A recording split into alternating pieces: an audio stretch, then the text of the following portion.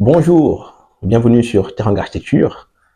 Aujourd'hui, je vais vous amener un sujet qui va, je pense, intéresser beaucoup de monde. Il s'agit de savoir si on peut construire une maison pas chère, ou en tout cas au prix le moins cher possible.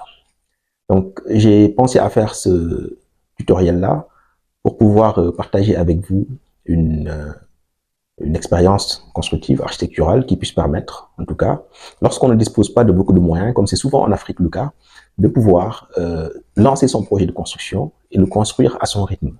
L'idée est de penser un projet qui soit évolutif, donc de villa, bien sûr, projet de villa, sur une petite parcelle, et 150 mètres carrés par exemple, et que ce projet soit évolutif de par son système constructif, et cela permet de pouvoir habiter rapidement, se départir d'un loyer, la charge d'un loyer, et de pouvoir au fur et à mesure agrandir la villa, tout en ayant tout le confort que l'on puisse retrouver dans un plan d'architecte. Donc c'est très important de pouvoir allier ces deux éléments.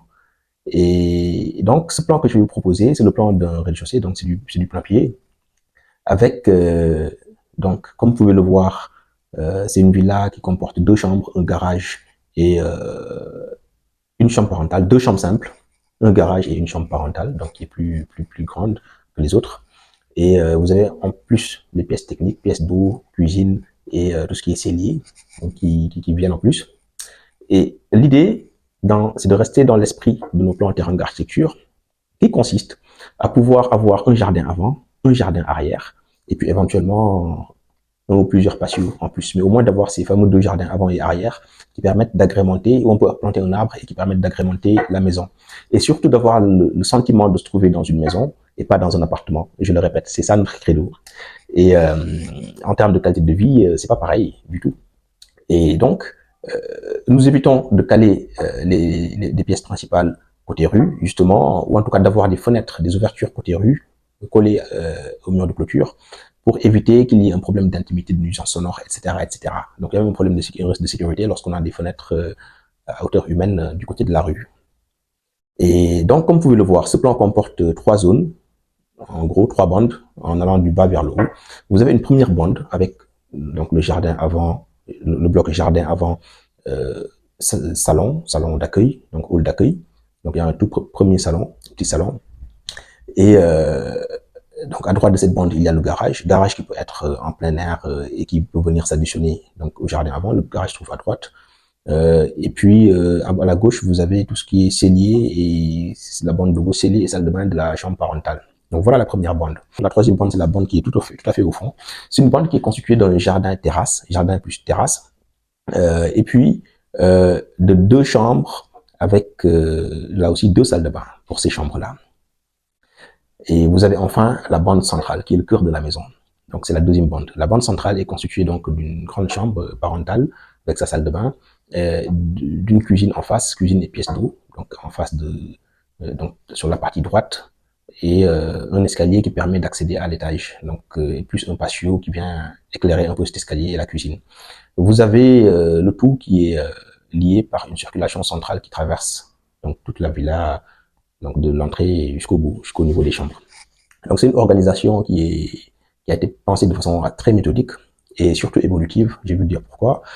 Lorsque vous voulez commencer à exploiter ce type de parcelle avec un projet de la sorte, vous pouvez démarrer par construire ces fameuses grandes chambres parentales, donc qui se situe au centre de la parcelle, plus le petit salon d'accueil, et puis avoir la cuisine bien sûr, et puis le WC visiteur, tout simplement comme bloc.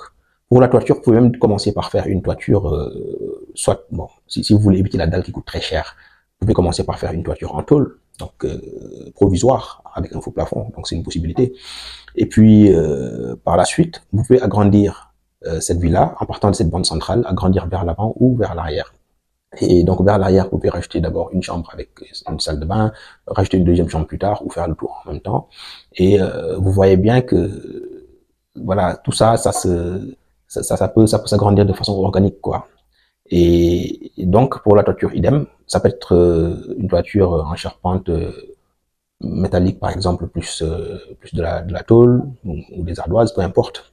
Donc ce qui fait que plus tard, lorsque vous souhaiterez faire un étage, ça va être simple de retirer cette toiture-là et de pouvoir d'aller en même temps et rajouter l'étage souhaité. Et vous remarquerez donc que sur ce plan-là, même le garage peut évoluer plus tard, par exemple en chambre, donc avec une fenêtre qui donne sur le jardin avant. Vous remarquerez que une fois dans le futur que vous aurez fait, par exemple, l'étage, vous pourrez monter la chambre parentale, la suite parentale à l'étage. Et donc, l'espace que ça libère au rez-de-chaussée peut être reconverti en séjour, avec en face de ce grand jardin. Et donc, vous auriez deux séjours. Donc, un grand séjour principal à la place de cette chambre du rez-de-chaussée, et puis le salon d'accueil d'entrée qui demeure toujours. Et toujours à l'avant de cette configuration, sur la partie gauche à l'avant, du jardin avant, vous avez ce fameux bloc cellier salle de bain qui peut être transformé en escalier indépendant plus tard pour accéder à l'étage et avoir des parties locatives, par exemple, soit à partir du premier étage ou à partir du deuxième. Si vous souhaitez par le futur combiner par exemple le rez-de-chaussée et le premier étage en un seul logement. Donc voilà, ce plan très économe, ce plan très flexible surtout, et surtout évolutif qui vous permet de vous départir rapidement de la location avec un faible budget au départ. Commencer par voilà une chambre salon ou deux chambres salon et puis pouvoir faire évoluer ce plan jusqu'à R+4. Donc c'est un peu ça. Et donc j'espère que ce plan vous aura plu. N'hésitez pas à me faire signe de vos différentes questions et n'hésitez surtout pas à nous consulter. Donc si vous souhaitez un projet personnalisé sur teranga.architecture@gmail.com et activez aussi la cloche de notification si vous aimez ce genre de contenu pour pouvoir en bénéficier dès que nos vidéos sont postées. Abonnez-vous surtout et puis partagez autour de vous. Merci de votre attention.